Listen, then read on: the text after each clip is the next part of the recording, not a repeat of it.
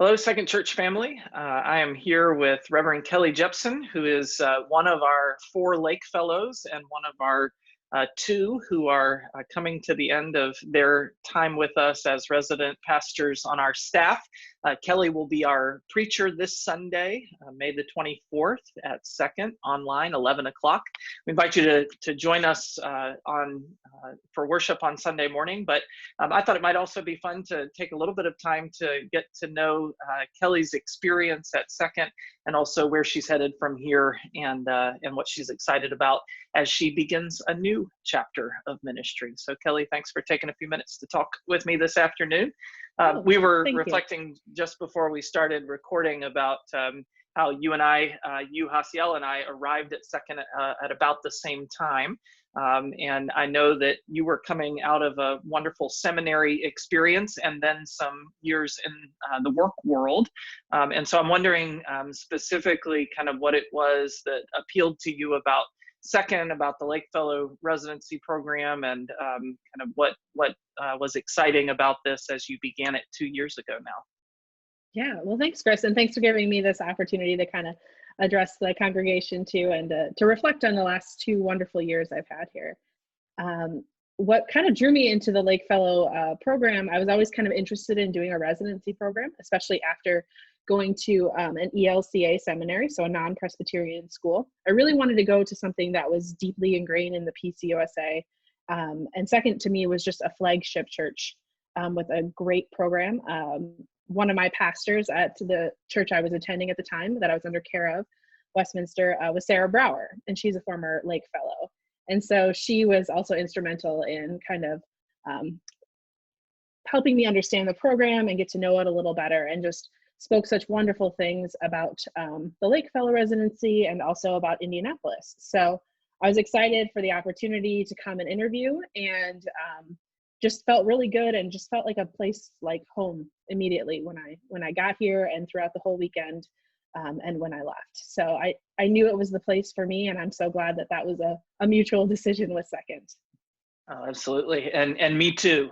You've just done such a beautiful job here, and your ministry's been such a gift to our congregation, and it's been fun to share a couple of years, 2 years together, as well as learning the ropes at Second together, which has been it's been great to have you and Hasiel along for that as well. As you think about the experience now, reflecting back, what are some of the gifts that you feel like the Lake Fellow residency has given you that you can carry into future ministry? What have been some of the highlights, or how have you experienced these 2 years of preparation / the beginning of your ordained ministry? Yeah, it's been a really wonderful way to start ministry, just because it's with having such a large congregation, we get to see so many facets of ministry, and ministry done well by people who are deeply ingrained in their areas. So what I loved about the residency program from the get-go, and then really just looking back, appreciate more and more, is kind of the rotational nature of it. So going through pastoral care and mission, and then having the opportunity to dig deeper your second year into some areas of passion. So for me, that was such a great opportunity to understand where my gifts are, and maybe where some of my growing edges are as well. And then to actually really focus in on something that once I kind of got to know the lay of the land and to understand where I am as a minister myself, to really dig deeper and to make a difference in the congregation in an area that I really enjoyed, such as engagement this year. And that's just been really a wonderful way that this program has blessed me in being able to see so many different areas and work with so many other very talented staff. Yeah, well, and I think in so many ways your gifts for and passion for engagement ministry just dovetailed so beautifully with that emphasis in the life of our congregation in the last year. And you've made such a contribution to our new member engagement and new member class, but also kind of that first chapter as a new member of the congregation, and I think really changed the way we think about that. So that's one of the many gifts that you leave behind that we hope to carry forward as you go. And speaking of going, tell us about where you're headed from here, and what lies in the next chapter. Yeah, well, I'm headed just down the road, actually. I'm heading for my next call. I'll be in First Presbyterian Church in Bloomington, Indiana. So I will be serving as a transitional associate pastor there. They had their most recent associate left in the last year or so, and so as they transition to what's next, they're going to do a mission study over the next year or two before they actually call a full-time installed pastor. So I'll be kind of there on an interim basis, helping to kind of shape some of the strategy of what that'll look like, but mostly working in education of all ages, so children, youth, and family, up to parents, adults, and every generation, and then working in pastoral care and mission as well. So a really nice, well-rounded approach. I'll be very active in worship, preaching monthly, those kind of things too. So a little bit of like this program, but all at the same time in a smaller congregation. Yeah, well, tell us a little bit about that congregation. I imagine that that as many Hoosiers as we have within Second Church, there are lots of folks who are familiar with Bloomington, and First Pres is a downtown congregation, right? Yeah, they're only 6 blocks from IU, which is really exciting. I went to a Big Ten university as well. So for me, I'm just really excited to get back to that college atmosphere, even though it might look a little different this year. So they just have such a wonderful relationship with the town, and they have a lot of educators in their community as well. So it's just like a really interesting congregation, and I'm just excited to be a part to start to get to know everyone down there.